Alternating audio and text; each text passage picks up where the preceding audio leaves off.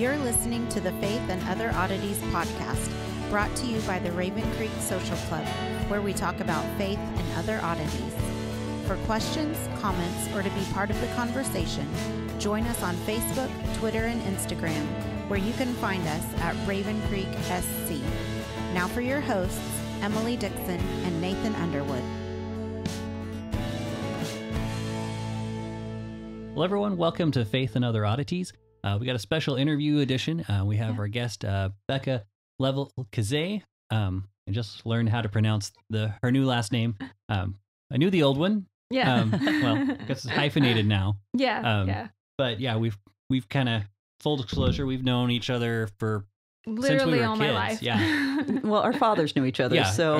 so So growing dads were up, friends. yeah, growing up, you guys were like the cool big kids, and and now I'm just like, I get to come and play with the big kids. So yeah, That's Quite kind of nice. funny because Yeah. I don't know, I've never felt like the big kids. But yeah. I mean, I was like that tall, so you know. yeah. Well, the reason we have Yeah. Becca, the reason we have you on is Mhm. Becca Yeah. just completed or has completed her master's in archaeology and biblical studies, Mhm. and is going on for her doctorate in archaeology. So, Yep. You've done some digs over Yeah. in the Middle East and Yeah. that area. So I'm curious to hear some of those stories. I don't know. Emily Yeah. has more of the details, so she probably Yeah. knows more Yeah. of the questions to ask. Okay. Yeah. But we're delighted to have you, and we're really Thanks. excited to kind of hear I'm some of the excited to stuff be here. that how archaeology kind of ties into Yeah. your biblical studies and even some of ours. Yeah. yeah. Well, Yeah. and I should also disclose, Becca was a former student of mine, so I got to help. That was so weird. Like, I loved having you in class, but like having to call you by your last name was like, I Yeah. felt sarcastic every time. It was weird for me too. So it Yeah. went both Yeah. ways. But you've taken that, what was an Yeah. associate's degree in Christian ministries. No, it was a bachelor's. Oh, actually, yes, at that they had point, 'cause switched. Yeah, That's right. I was one of the early classes in that. So Okay, yeah. so you got to move on from there. So Yeah. where did you get your master's from? Yeah, I got my master's at Southwestern Baptist Theological Seminary. I have to count off on my fingers because it's so long acronym. But the Tandy Institute of Archaeology is the archaeology school there, and very well established. They've been, oh gosh, I don't even remember the year it was founded. I'm gonna get scolded for not remembering that. But I'm also doing my PhD through them. So it's kind of nice. Lots of familiar faces, lots of people who kind of moved up with me. And they have projects all over the place right now. So yeah. where have you gone to dig? Well, say before you get Yeah, there, yeah, what got you interested in archaeology? We should start there. Okay, see, I know that story. You're gonna love this. No, they don't know that. She's here to talk to them too, not just us. Yeah. So I'm going to try so hard to put on my diplomatic hat here. It does not come naturally to me. For a long time there, we were involved in a church that was fundamentalist, and the long skirts, long hair, King James only, women should never have a job, and if you vote, you need to talk to your husband about who you're supposed to vote for so you don't cancel out his vote. Lots of fun. But I grew up on a farm, so I did things in a denim skirt you're not meant to do in a denim skirt. I remember those days. Yeah, I actually at one point caught the hem of my denim skirt on a tractor step and face planted in gravel and chipped a tooth. Oh, wow. Which is why you're not supposed to do those things in a skirt. But I like to say I have a chipped tooth from bad theology. It still aches if I have ice water. That's probably the least harmful effect from that. So Fair enough. But there was a very anti-intellectual stance. And I remember the pastor saying things like, you can't trust them theology books because it's just somebody's opinion. Mm-hmm. Well, this is a pastor who's never had any formal training. He's just a guy who picked up a King James version of the Bible and decided that he was going to preach. Because, Jesus was a carpenter. He used to be a carpenter. Well, now, that works, Fully right? qualified, right? Yeah. Fully qualified. And so you have people that I mean, King James is hard to read if you're Mhm. not familiar with, Shakespeare, which I went through a heavy Shakespeare phase in like middle school, so I could keep up. But if you're not able to interpret the Bible using any sort of study tools whatsoever, you look at the pastor. Right. The pastor is the oracle of God. He is the one who's got the in with the Almighty, and everything he says is gold. Sure. So if he Sure. tells you that you're supposed to live in a certain way, you live that way. Yeah. Well, I definitely am familiar with that attitude. Oh, that- yeah. I mean, I know even listening to various scholars, there's still a divide in scholars of, that school over there, they're just looking for excuses to dismiss God's word or this, And so unfortunately is very common. the idea that if you study, then you're going to lose your faith, Mhm. and that was drilled into us so much. And so, I wanted to live in a way that pleased God. Mhm. So, that's why I was wearing denim skirts and using the welder and driving tractors in it and everything. I have a great picture of me in a welding helmet and a denim skirt and like denim shirt. So I should dig that up later. You send that to us. We'll make it the thumbnail. For Right. this episode. But I live that lifestyle and bought into it because it's like, this is what my parents believe. This is what all the adults around me believe because we were homeschooled. And so it's like there's this very small sample size of society Right. that I was allowed to interact with because everybody outside of that isn't safe. Mhm. And so, but there were questions. I just suppressed them. I've never really been a confrontational person. So, but I would sit and I thought a lot, and literally if I got bored in the sermons, I would be reading my Bible because it's like we didn't have cell phones back then. So it's like, I'm just, I'd zone out and just read the Bible, you know? Mhm. And so I found a lot of really good stuff that way. But, so I get to college. It was kind of an accident that I even went to college because you're not supposed to do that in the fundamentalist, world. So I enrolled first in nursing school, stayed in there for 2 semesters, and felt like I wasn't where I was supposed to be. Right. So after a whole summer of reflecting and praying, I was like, I think I'm supposed to go into the Christian ministry program, which the school had one. So so I went to the professor, I changed my major, and a lot of people in my family, I don't want to say everyone, but a lot of people in my family went nuts. What are you gonna do with that degree? It's like, you're gonna go out and preach. And I was like, well, I don't feel led to do that. And being raised in a certain denomination that does not believe in women preachers, it's like, I didn't know what I was supposed to do, but I knew where I was supposed to be. Yeah. Mhm. Yeah. That's a familiar story. Yeah. Yeah, to right. Emily. And so I switched my major and started, I got into my first Old Testament course and started realizing all of these things that I was taught in church, all of these tenets of the anti-intellectualism, the fundamentalism and everything, they don't hold up when you know the historical context. Right. Mhm. And just seeing that there's a whole world beyond the text, not saying that the text itself isn't sufficient for life and faith, Mhm. but to understand the text, you have to understand the culture. Mhm. And so it wasn't until I started getting close to the end of my bachelor's degree that I was like, well, dang, there are people who are archaeologists, and why can't I study that too, Yeah. And so I looked into several programs. Actually went to a school that I'm not going to name because I don't, want to stir up trouble, but I talked to a professor at another school. And at that particular school, archaeology was a minor. Mhm. They didn't have a major. It was what they had. And so I had several people tell me, go study in Fort Worth with Davis and Ortiz. And if you want to do this for a career, if you're really serious about it, go talk to them. Okay. And so I did. And I registered. I told them, I'm like, I heard you're the best and I want to work at the best. And so it was game changer. I thought I knew something about archaeology before I started that program. And I learned I knew nothing, So it was a journey. And then I did my master's.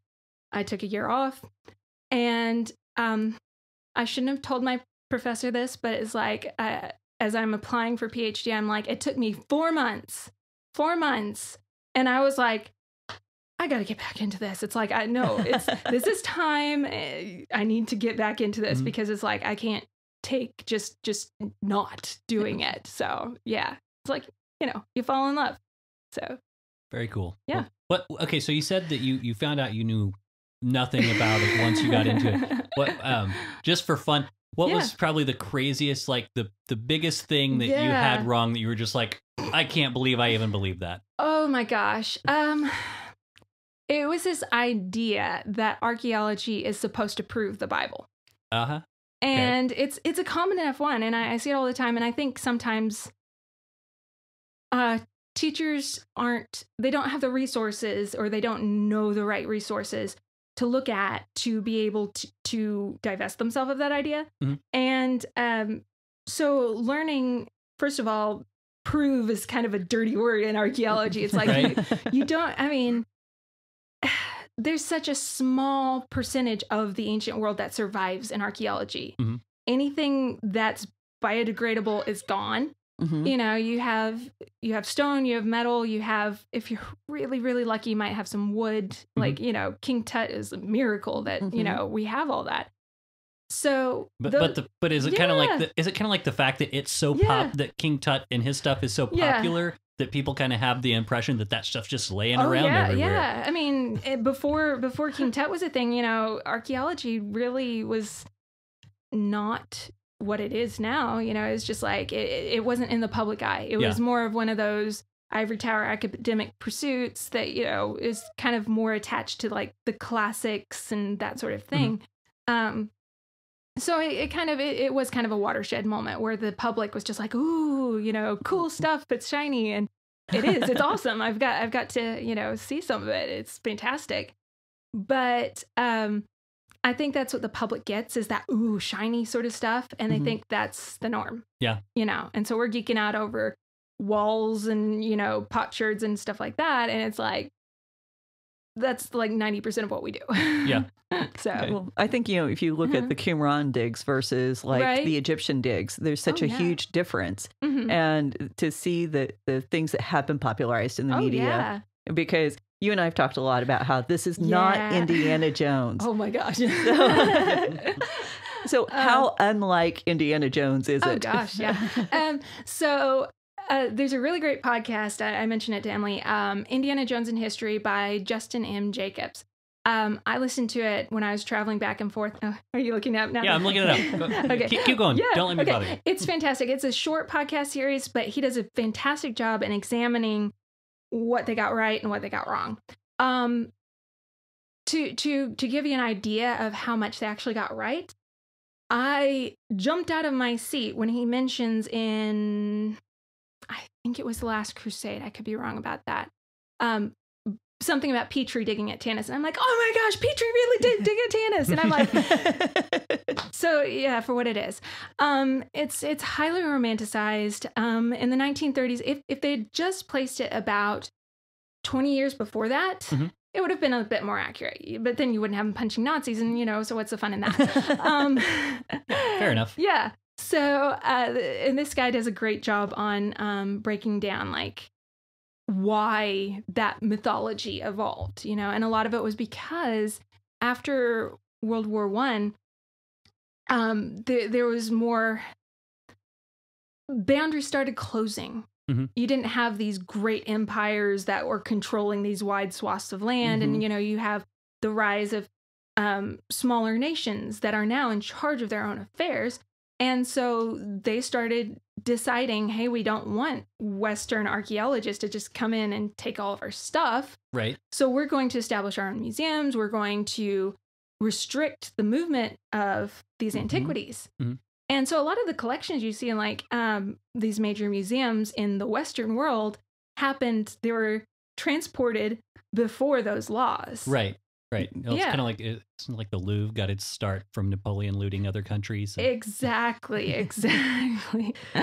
Yeah. So yeah, it's like Indiana Jones is not a realistic depiction. It's more of this missing what was sort of thing that gave rise to some of the mythology of, the idea of just being able to go in and take what you wanted without any that procedure. belongs in my museum, So and so it's like it's definitely a different world now. Okay. And I would say for the better, because it's like we should respect people's cultural identity and heritage. So I know for a long time archaeologists were called glorified grave robbers. This was the idea behind archaeology, was that they were looking for treasure and not necessarily looking for historical. Exactly. So I was mentioning to Emily, I read this book recently. One of my professors recommended, and it's Agatha Christie's, well, she uses her full married name, Agatha Christie Malloran, I think is how you say it. I probably butchered that, but it'll get us there. Come Tell Me How You Live. It's one of the 2 nonfiction books that she wrote. And later in her life, she married an archaeologist and traveled with him in Syria and Iraq. And it's her perspective on that. And reading it is like, it was cool, Mm-hmm. But at the same time, I'm like, oh my gosh, we don't do these things anymore. Right. They're at that point, Syria was under the control of the French. And so it talks about they're dividing the finds on these 2 long tables, like trying to make it an equally valuable collection on each side. And the French will come in and take one, and they'll take the other one back to Britain. And I'm like, oh, that does not happen anymore. No. That's amazing. Wow. So it was great, like learning about that, but it doesn't happen anymore. I don't think people realize how much things have changed in this time period. And archaeology is one of those, it's kind of those underground careers and professions, because it's not something that everybody's going to grow up and do. No. And I mean, for good reason. There's, once you get on site and figure out that you actually have to work the shovel yourself, kind of thing. Right. Yeah. So it was actually very interesting when I was applying for the master's program. One of my professors was telling us that the summer before you start your classes, they have you do your first dig. Because if you get on site and you absolutely hate it, you can't stand it, it's hot, sweaty, dusty work, living conditions aren't as great, it's not home cooking, whatever. I mean, I love the food over there, but some people can't handle it. Yeah, I mean, St. Peter's fish, Google that. It's fun. Okay. We'll get that later. Yeah. But link in the pedal store. Right. So they have you do your first dig before you start the classes, because there's no point spending the money and the time to take the classes if you can't do the work. Mm-hmm. And I was like, well, I mean, that's smart, but I know myself pretty well. And I'm like, I think I'm going to love it. And also, growing up as an Oklahoma farm girl, it's like heat, dust, working outside. I mean, what's new?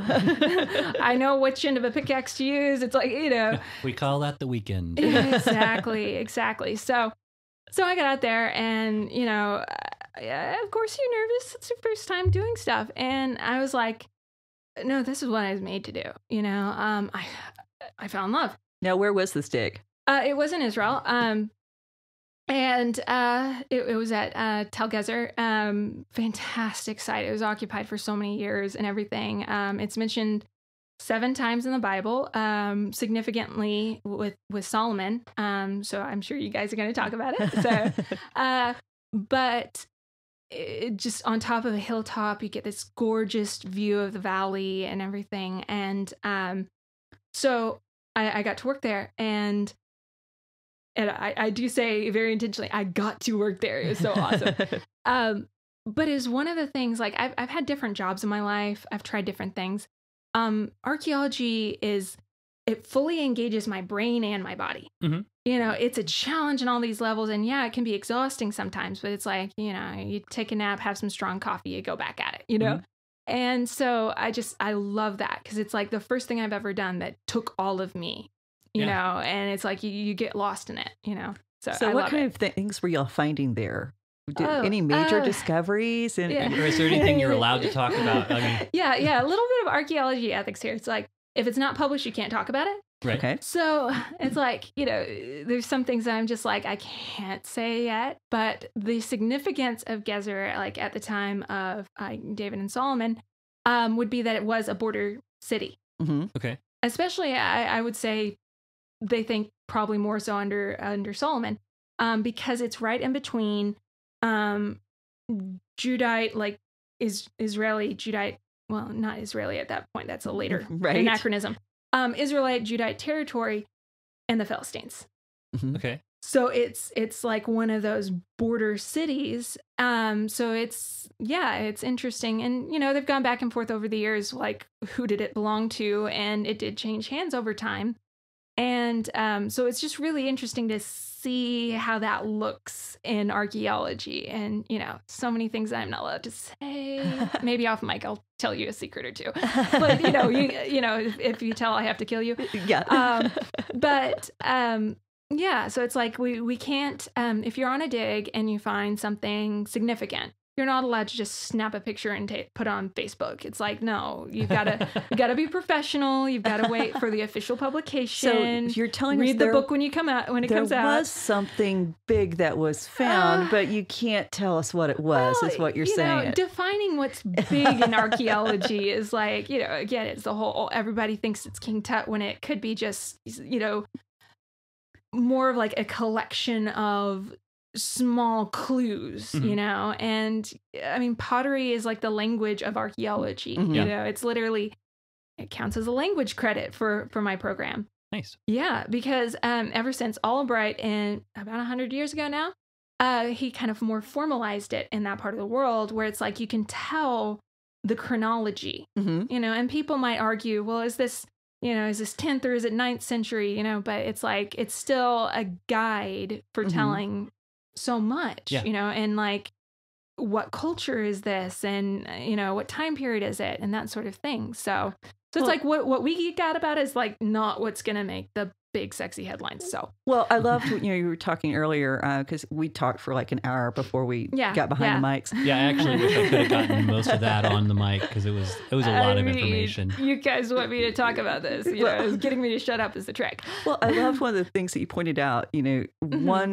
One bit of information about a certain place was the fish bones in the campfires. Yeah, and knowing this was there's an extinct body of water there. So and that was the only thing that differentiated an ancient fire site from a modern one. Yeah, and I love that, because that shows you how much the intellectual skills and sleuthing that has to go on with it. It's so much detective work, and it's like the thing too is like it's quite a bit like dealing with the text, like you do. You have to be careful with the questions you ask. And I was telling Emily about an article I read. Wright is one of the he's one of the well-known archaeologists that has contributed. I can't remember what year he passed away, but he's one of the greats in like that part of the world. He wrote a very, very good article called "What Archaeology Can and Cannot Do," and talking about how, first of all, don't ask it to prove something. It's just no, because a lot of times you don't have the data to prove anything. But it can shed light. It can illuminate. It can give us the view into this world from what remains of it. And one of the things he said was, I'm not quoting verbatim, but he's talking about how the questions you ask help determine your conclusion. Right. Right. So that's why you've got to be very, very careful how you frame those questions and not have this very narrow, you go out looking for Samson's hairbrush and it's like somebody's got a plastic hairbrush on the side of the road and anything will work, right? Right. So, you want to be professional and allow for that ambiguity and be careful. I mean, everybody, total objectivity is impossible. I mean, even Spock was not, completely objective and emotionless. But that's why archaeology is a collaborative field. Yeah. You have this voice saying this side and that one comes over here, and then you try and find balance if you can. And, well, you compared it to a Talmudic discussion earlier. It reminds me so much of that. This person says this and this one says that. And it's like the argument never ends, but that's how you hammer it out and learn anything. Well, and that's how you keep from falling off into those ditches. And exactly. This is the same way with the literature, because with the biblical side of things, if you try to find your viewpoint supported in scripture, you're going to find it. Oh, absolutely. Oh, yeah. Absolutely. I saw this great meme on Facebook, which, it goes always with a grain of salt, but it said something about, I think it was Babylon Bee said something like, study finds the Bible really does support your political view. Oh, yes. And I'm like, it's like, if you're looking for it, you're going to find it, so you got to be careful how you frame that question. Right. Well, and I love that we were talking about, searching for those things, those iconic images of Christianity, whether you're looking for the Ark of the Covenant or you're looking for the Ark, Noah's Ark. So when you have somebody who wants to come visit your church and give this great presentation about what they found, what should we do? Yeah.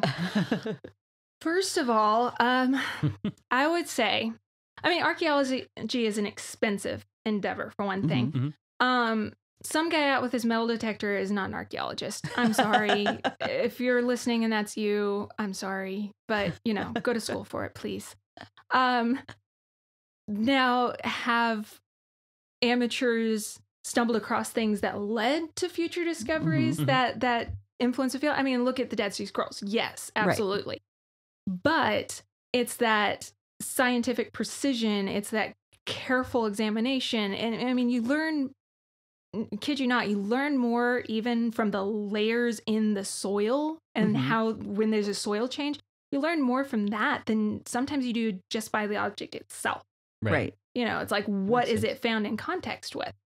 So, context is the big word that's like, again, it just goes back with any sort of textual studies too.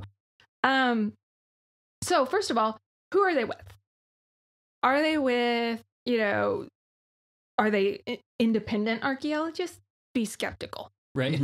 If they self-publish their book, it might make good kindling. I'm just saying. If they're with a school, an organization, or something that has some repute, then listen to what they say. Maybe be skeptical if their book title is something like "What They Don't Want to Tell You" or aliens, man.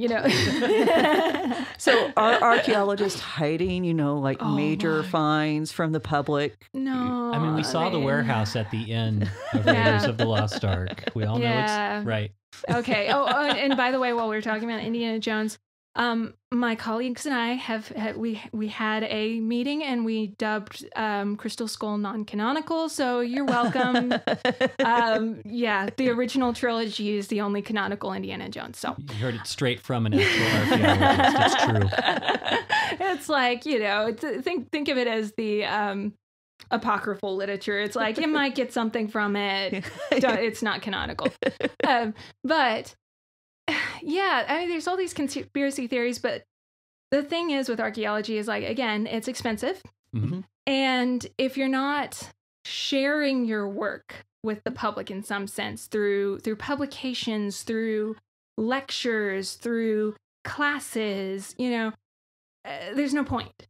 Right. You're not going to spend thousands or even millions of dollars, depending on the project and the kind of funding they have. If you have millions of dollars and want to blow it on archaeology, give me a call.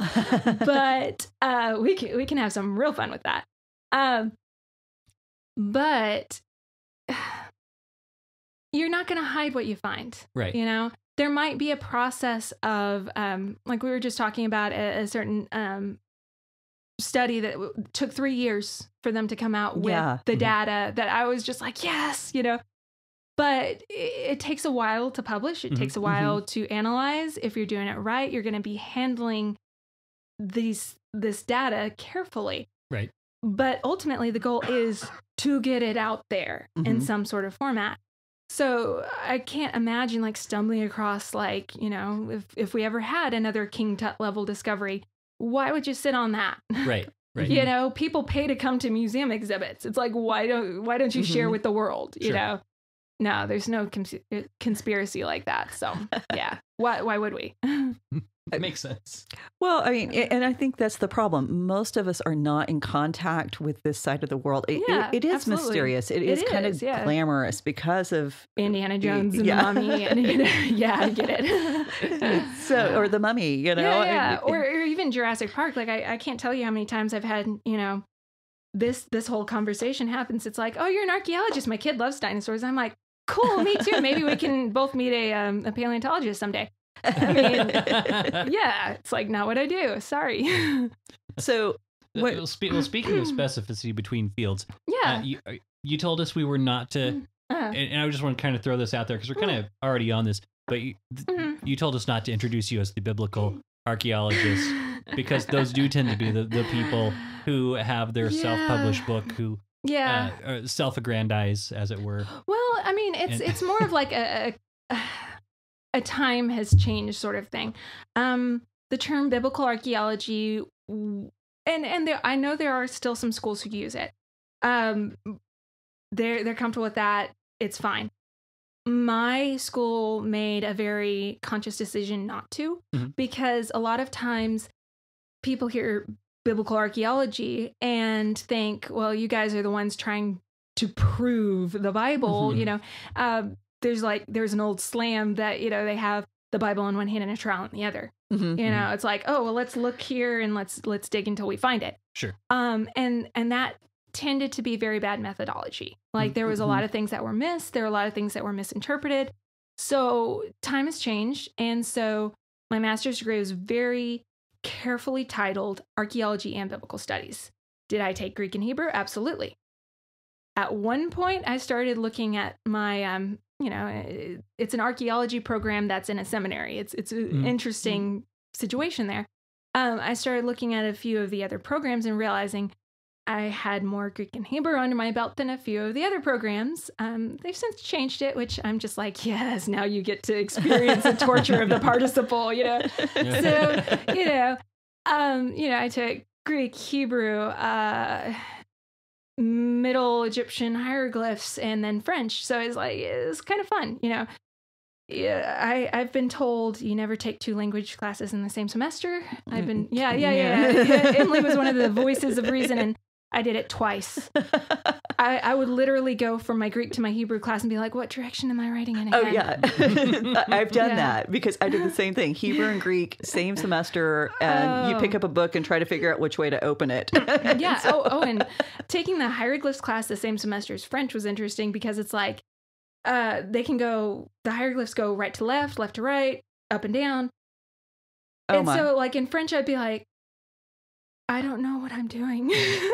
And people who don't deal with that don't realize that you have to reset your brain every time. Neurons firing. I don't know. So it was challenging, but I had fantastic professors who got me through it and it worked out, and I'm so grateful I had the chance to do that because it's awesome.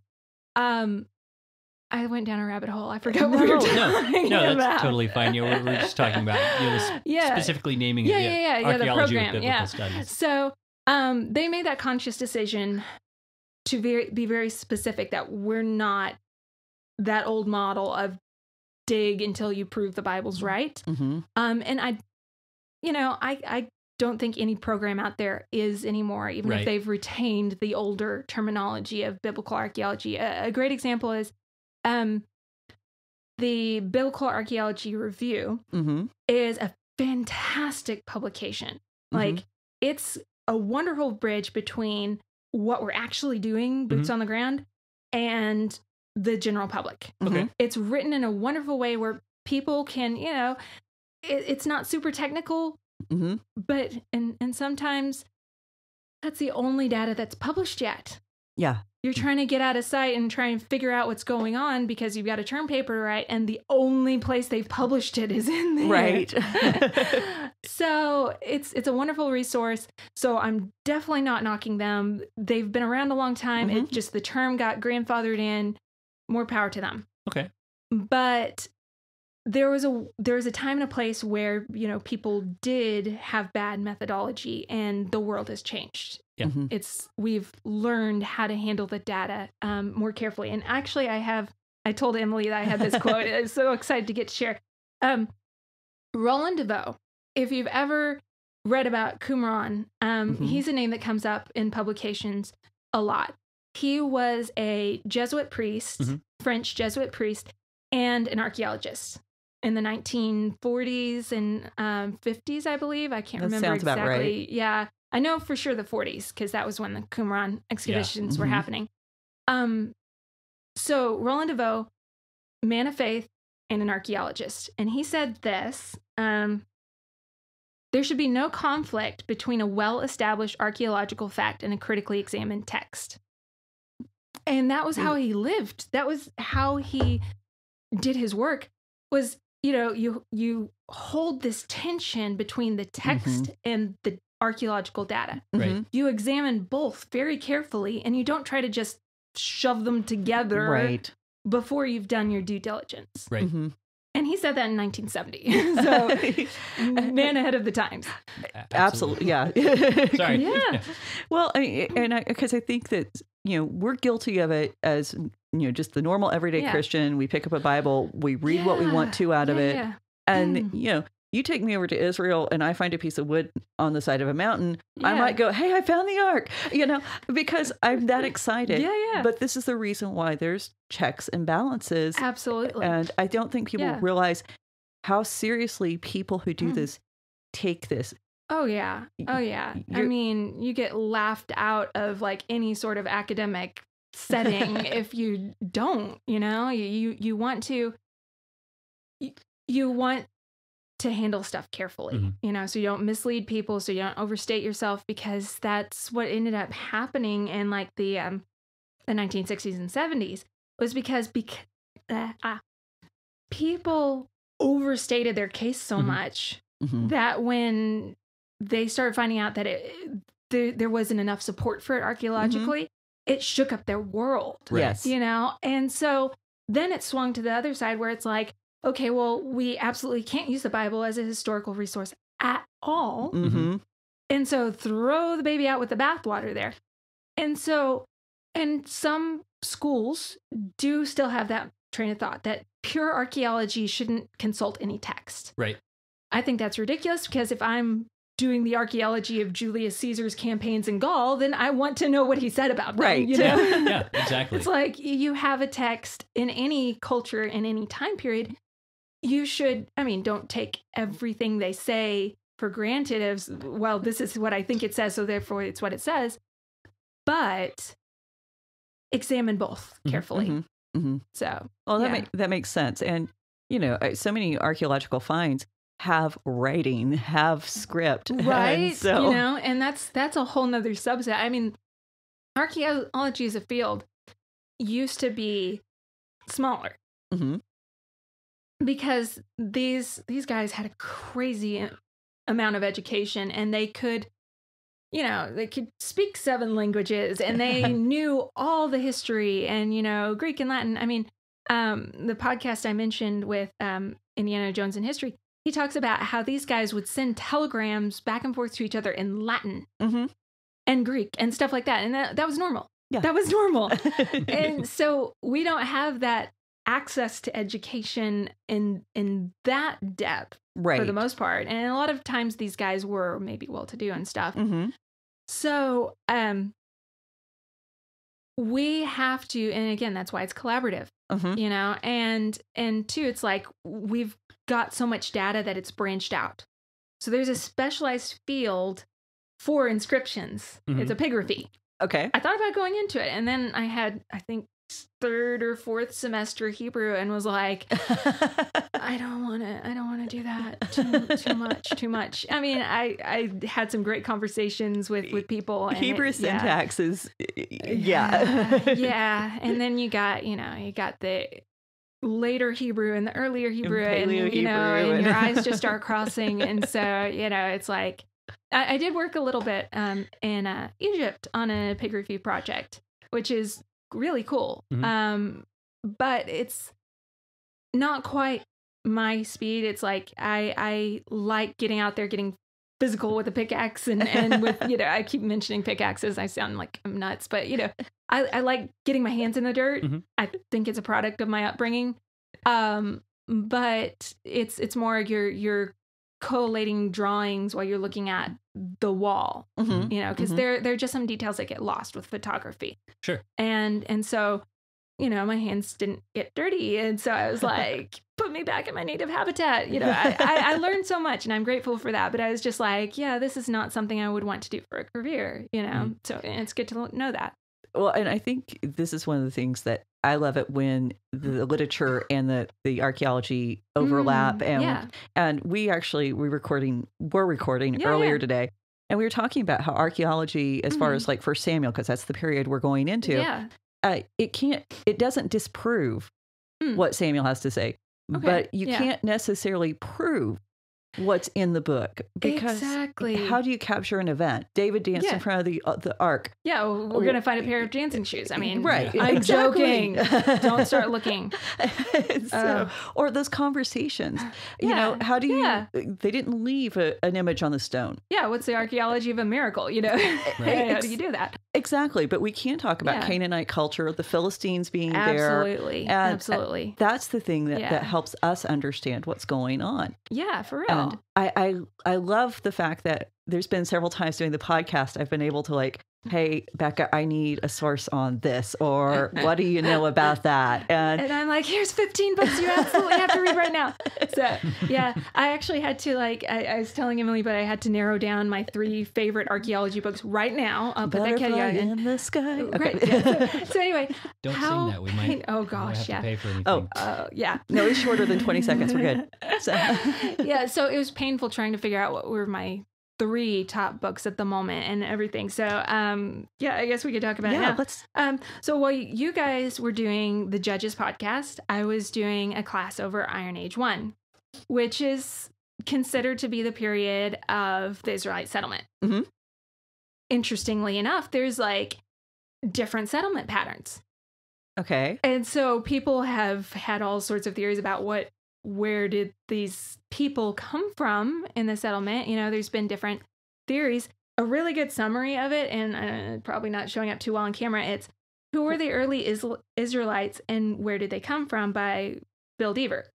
We'll take a picture of that. Yeah, we'll find a link. My cat chewed on the corner, so wring his neck.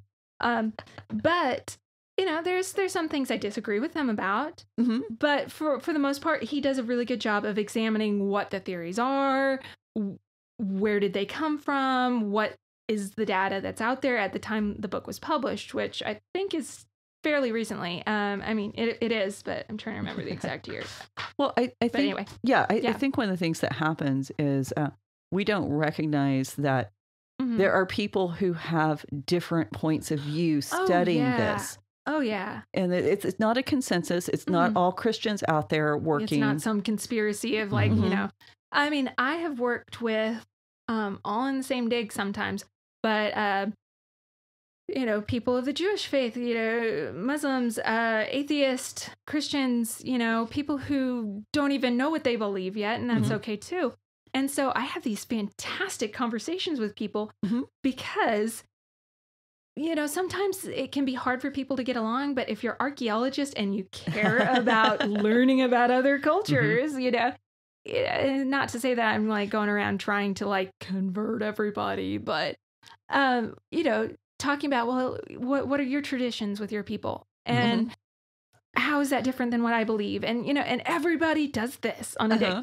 It's kind of there's a lot of parallels between archaeology and military life, because Air Force brat here, my dad served, and so it's I always used to joke, sergeants don't retire, they get reassigned to a civilian unit. It's so true.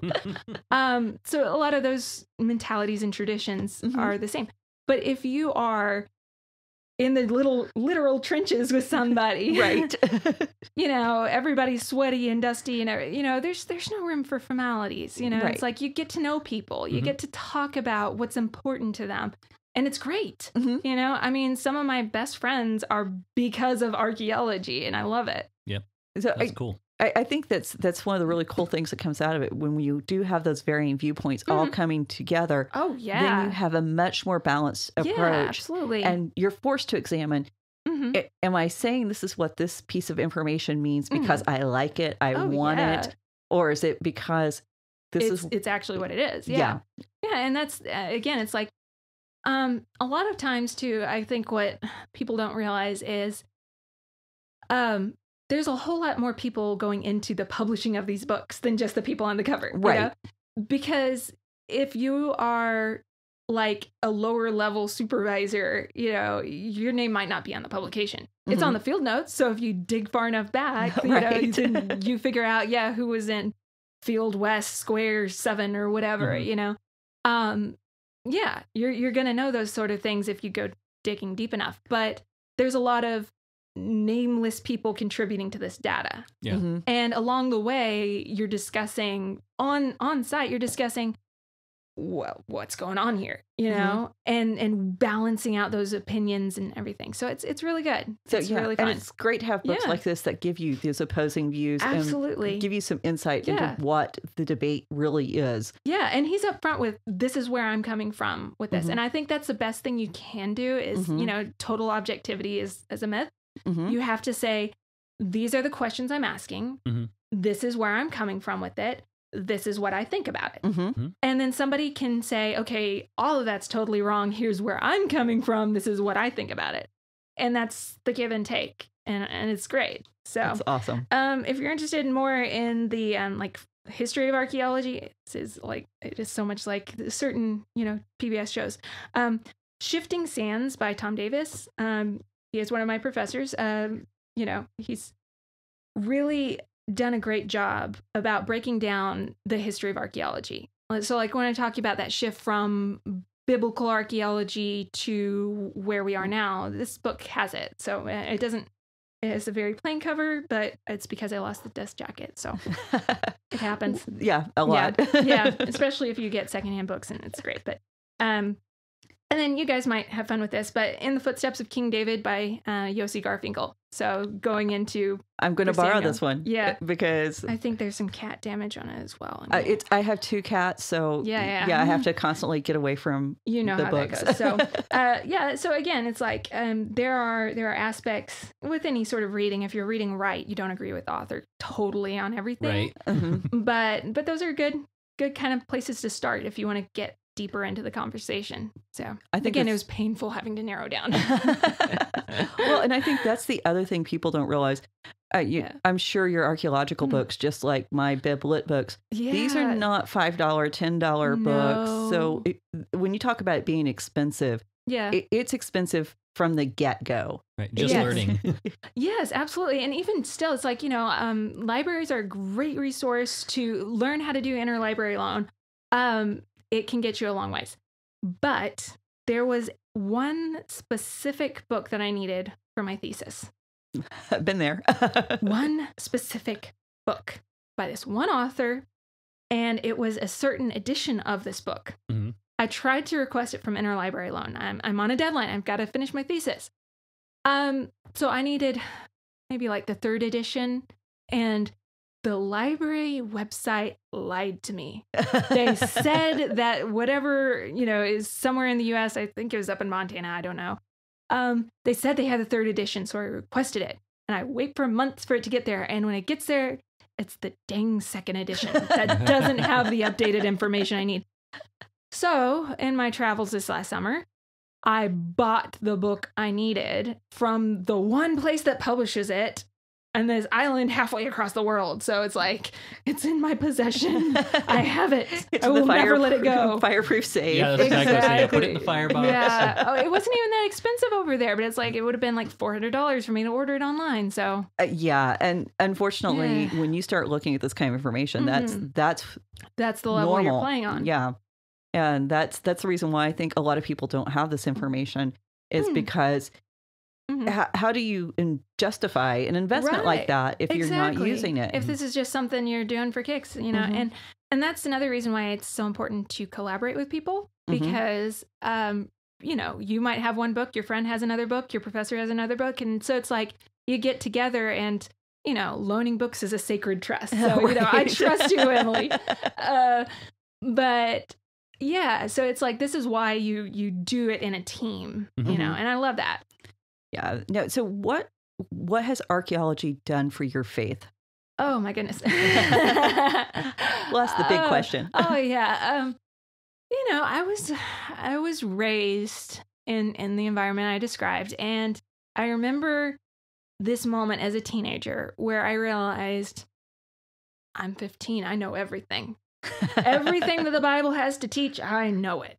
And it's like, oh man, I wish I had that confidence now.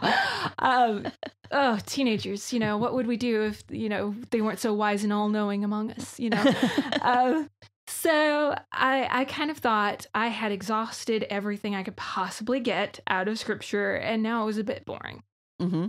And man, there's so much more to learn about the Bible. And a lot of it is, I harp so much on the historical, social context of the Bible.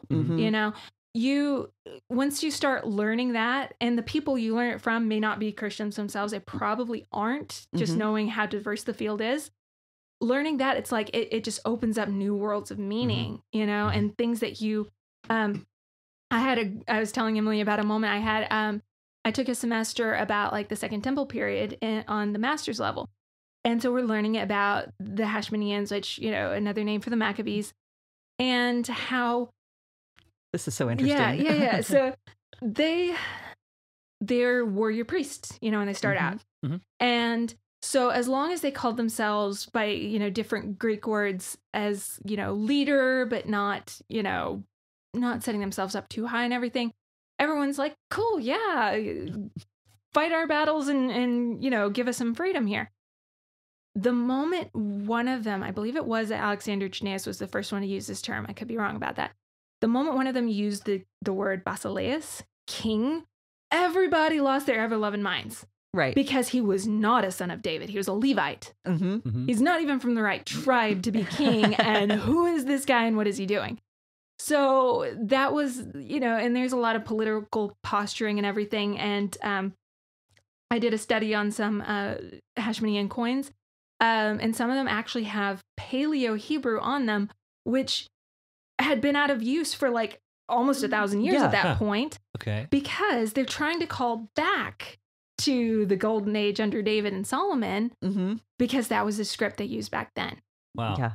Yeah, under the kings of Judah. And so they're trying to, like, this subtle, hey, we're calling back to those guys, without actually saying something that was false, because they were not a Judite. Very politically correct for their time. Oh my gosh, yeah. And then you went on and you were talking about how this played into the reading of the gospel. Oh yeah. I just in my own personal devotional time, I was reading through one of the gospels, and somebody calls Jesus son of David. I'm like, whoa! It just jumped out at me, because I'm like, that's something that that term was so loaded with significance at that point in time, because Herod wasn't a son of David either.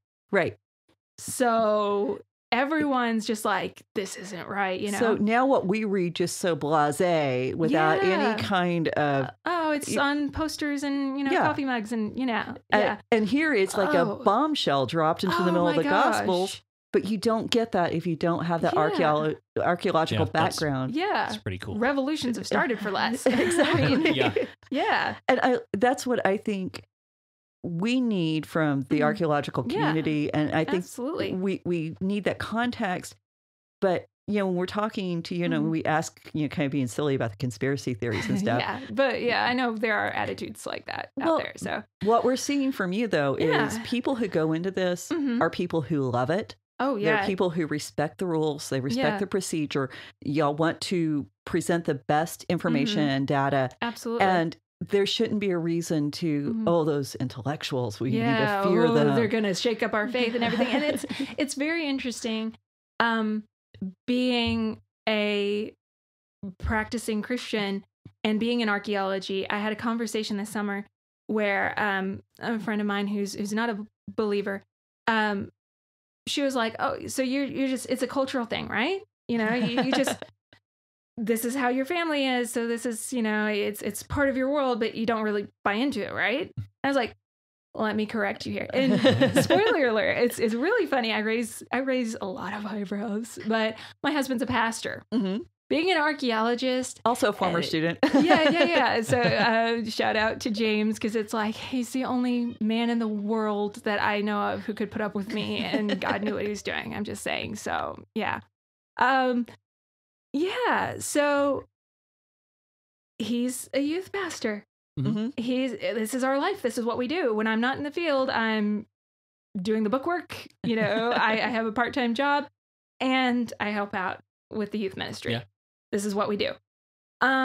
So it's really funny, because like I noticed, especially this summer, because I went on a project on my own. Like I was the only one from my school who was there, and everybody in my school can know me, so they know my backstory. But when I said pastor's wife, eyebrows went up. And I noticed there were some people that for a few days there, they were very uncomfortable around me. Because they think that I'm gonna, I don't know, what do you think pastors' wives do? It's like, I don't know. So it took a while. And again, you work beside people, you sweat beside people. There's so much sweat in archaeology, you guys. If you're not okay with that, don't be an archaeologist.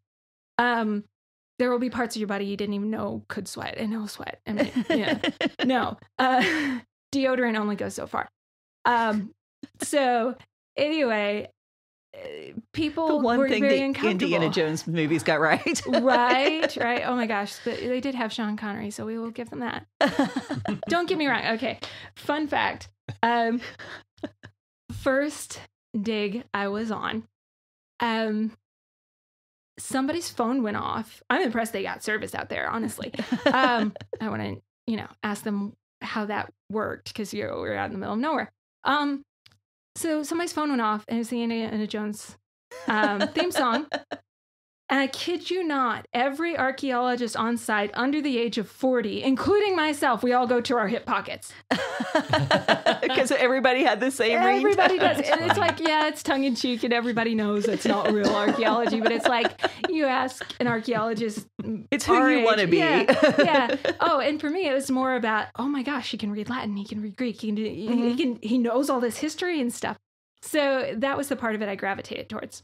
But I have to actually go a little further back, because I didn't discover the Indiana Jones movies till I was like maybe 7 or 8. I remember being about 5 or 6 and watching a PBS documentary on Otzi the Iceman. And that's what actually got me interested in archaeology. So, okay. I mean, I didn't think of it as a career option at that point, because, again, fundamentalist environment, women aren't supposed to have careers. Never occurred to me. I think if it would have when I was younger, probably, before I had kids. But, I do love my text, and I love my ancient literature. Yeah. And I'm kind of happy just letting you go be the one sweat. So Yeah. No, I mean, come visit a site and, I want to. That's actually on my list of things to do. Yeah. I mean, too, it's like, most archaeologists are very approachable in the fact that they want you to ask them questions. So, we have to have you hook us up with a few others and get some different perspectives. Right. That might be fun. Absolutely. But we do kind of consider you like our archaeologist in residence for Raven Creek. So, cool. Becca's part of our. Feed me, I'll be happy. We're getting ready to. Yeah, we're getting ready to. We got some chickens on the grill. Well, I have to ask. I'm curious about this. Yeah. Have you been on any digs that has had a discovery you're allowed to disclose yet? Have you, or has anything that you've been on been published yet? Just curious. There are some things that are. What's one of your favorite things that you can disclose? Okay. Oh gosh, I gotta think about that, because again, we geek out over weird small things. I think really the interesting thing. I was talking to Emily earlier about the site that I wrote my thesis on, which is the city of Kourion in Cyprus. Mm-hmm. It's on this windswept cliff above the sea. It's like, oh my gosh, it's everything you want an archaeological site to be. And you shared some pictures of those in the paddle store. So if you're not in the paddle store, you're missing out. So, Cyprus has so much cool archaeology. Like, why isn't everybody flocking there in droves? Maybe I should, lead tours. I don't know. But Maybe you get some funding that way. You can set up yeah, maybe. And anyway, I won't go into, there are a lot of good tour guides out there. I've been with a lot of them, and then I've literally been working on a site and a tour guide comes past and like giving the wrong or outdated information, and we're just like, I mean, should we say something? So it's always fun. It's always fun when that happens. But yeah, so City of Corian is very interesting at the level that we're working at. Fantastic late Roman era ruins. It was, oh gosh, it was occupied all the way back into the Bronze Age. So that's major. So it's fantastic. Biblical figures from the Bronze Age. We're looking Abraham. We're looking Abraham and Joseph. That they're usually dated to around that time. Right. So little context. I think Abraham is kind of placed in like the middle Bronze Age. Okay. So somewhere in there. Just for the timeline. Yeah, absolutely. So it's a longstanding city. You can see why when you're there, because you overlook the sea. You can see for miles. Yeah. If somebody's trying to invade you, you want that. Sure. So, the timeline we're looking at is like in the 4th century AD or CE is kind of becoming the more common abbreviation. Right. There was a massive earthquake that destroyed the city. Okay. So it's this very interesting. Before, it was still largely a pagan city. I mean, we're talking post-Constantine, so it's like it's not exclusively pagan. Right. We do know that there were Christians in the area. But after the earthquake, one of the first buildings to go in is a massive basilica that's a Christian church. Awesome. And and so I literally wrote my thesis on that transition, like what happened there. It's like you flip a switch, you hit reset, and suddenly it's a Christian city. That's crazy. It's wild. Okay, like an Etch-a-Sketch. Exactly. I'm sorry. So, Like a terrible societal, cultural, national. It really was. And so I was just like, what happened there? And so I wrote my thesis about it. But it gets even better because I think it's literally just a mile down the road, there's the sanctuary of Apollo Hylates, which is Greek for Apollo of the Woodlands. Okay. Massive temple complex that was operating for almost 1,000 years after the earthquake. And we know it was in operation shortly before the earthquake because there were some repairs done. After the earthquake? It's gone. Never rebuilt. Wow. Never rebuilt. And so I'm just like, oh, what happened there? Uh-huh. Oh, wow. I wonder how that plays into the Palestinian synagogues that have Helios or I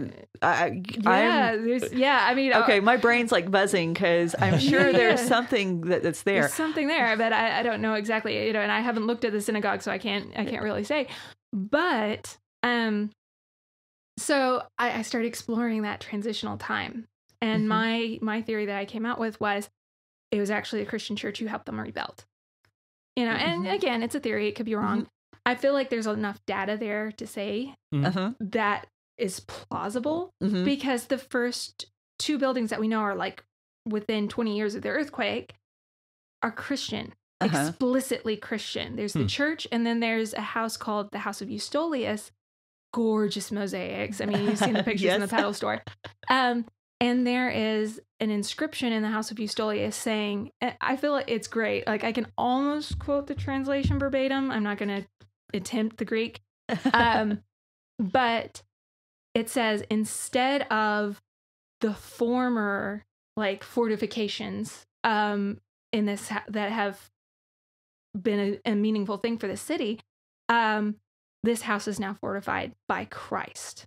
Oh. And there's 2 inscriptions, and one of them is like Eustolius is the man who is mentioned in the inscriptions as the benefactor who built this building, hence the name House of Eustolius as it's known in the literature. It talks about how he heard from afar that his hometown was in a bad way, and he came to give them this building, taking care of them as Apollo once did. And there are some people that are like, well, why does it have Christian and like Apollo, imagery going on there? And so people are like, is it syncretism? Is it something? And I'm like, no, I think that's a clapback. I think it's like Apollo once did. I don't know. That's how I interpret it anyway, because it's like there was no pagan and Christian were total opposite, right? It's and that's the interesting thing, because this is the same time period with the synagogues, which had the mosaics. And we're seeing Helios, we're seeing other Greek imagery in these Jewish synagogues. So what's going on here with this dialogue that's going on between Christianity, Judaism? That's a paper somebody should write. Exactly. And paganism. So I mean, and that's another thing too, is like, there's so much that we still don't know, even about stuff that has been excavated. It's like you need to look at it from a different angle, and enter into that conversation. So it's a good field for the endlessly curious. I imagine. And that's one of the reasons why I love it. And I think too, it's like, it's really ironic, and there's a reason why I wore my Spock Cat shirt today. But growing up, I loved Star Trek. Like, oh my gosh, I was more of the Next Gen era. I'm probably, putting an age on me there. Right there. I'm right there with you. The original. Sorry. I love the original too. I love, fantastic. Spock's the man. But I describe myself off mic as, the unholy love child of Spock, Indiana, Troy. So if you're a Trekkie, you will get that. If not, I'm sorry. Educate yourself. But we love our sci-fi here. Yeah. So, but I think it probably had a lot of influence on me growing up, as like this sense of exploration, and you can only hear so many times boldly go where no one has gone before without wanting to do that, So it's cool because I get to do that. It's the closest thing we got to time travel until somebody invents it, That's a good way to put it. Yeah. And, I know since, not only have I known you since you were itty bitty. But then the fact that I did get to be your teacher and to know that you have gone so far from being on that farm on a little tiny dirt road. God help you if you had to pass another car. Oh my gosh. And if it rained, and if it was oatmeal. All of that. And you have decided that to take your future in your hands and say, I'm going to go where God's going to lead me. And and I never expected to end up here. Like, no.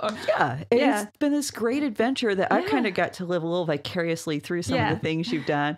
And I think it's wonderful. And I think it should be encouraging to all believers, and especially this next generation coming up, going, you don't have to get stuck. If God's calling you to ministry, it's not necessarily to be behind a pulpit. It may not be behind, a mic for worship.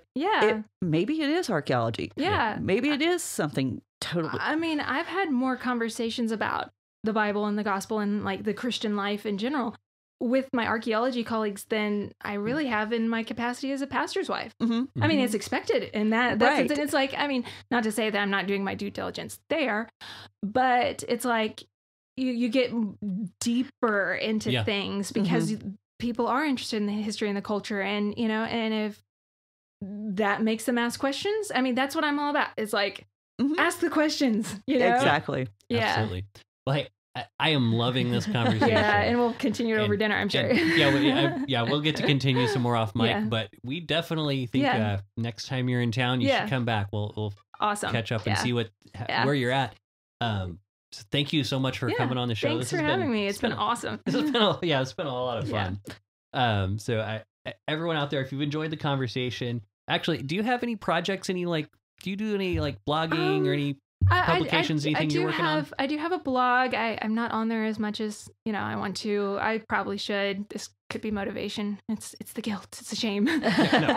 But no. If anybody wants to check out like the projects my school is involved with, the Tandy Institute for Archaeology, we've got some awesome projects going on right now. We've got more going on in the future that we're looking into, that if it all works out with the paperwork, it'll be fantastic. So definitely something to look at there. Yeah. So and we do take volunteers on digs, so and not donations, many people. I'm sure. Yeah, I mean, that's a Tandy Institute for Archaeology. Can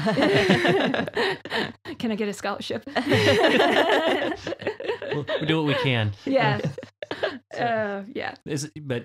So that's the best place to find you if or what you're working on. Yeah, okay, absolutely. Awesome. Well, we'll put links to all that in the show notes. And again, thanks for coming on, and everyone out there, if you've enjoyed it, be sure to check out the Tandy Institute. And yes, my wife is texting me. The timer's going off on the chicken, so can't burn dinner. Don't want to burn the dinner. Hit us up, RavenCreekSC.com, where you can find all that information. Raven Creek SC on all the social media.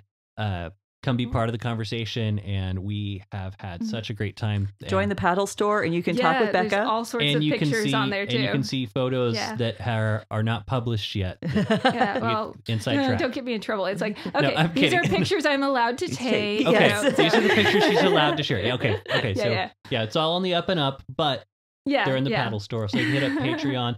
$2 a month gets you in there. So anyway. Thanks, everyone, and have a great one. We'll see you on Monday, I suppose. Bye. Bye. You've been listening to the Faith and Other Oddities podcast, a Raven Creek Social Club production. Don't forget to follow us on Facebook, Twitter, and Instagram. If you like what you've heard, please write us a review on iTunes or consider supporting us on patreon.com/RavenCreekSC. As always, thank you for listening, and don't forget to join us next week.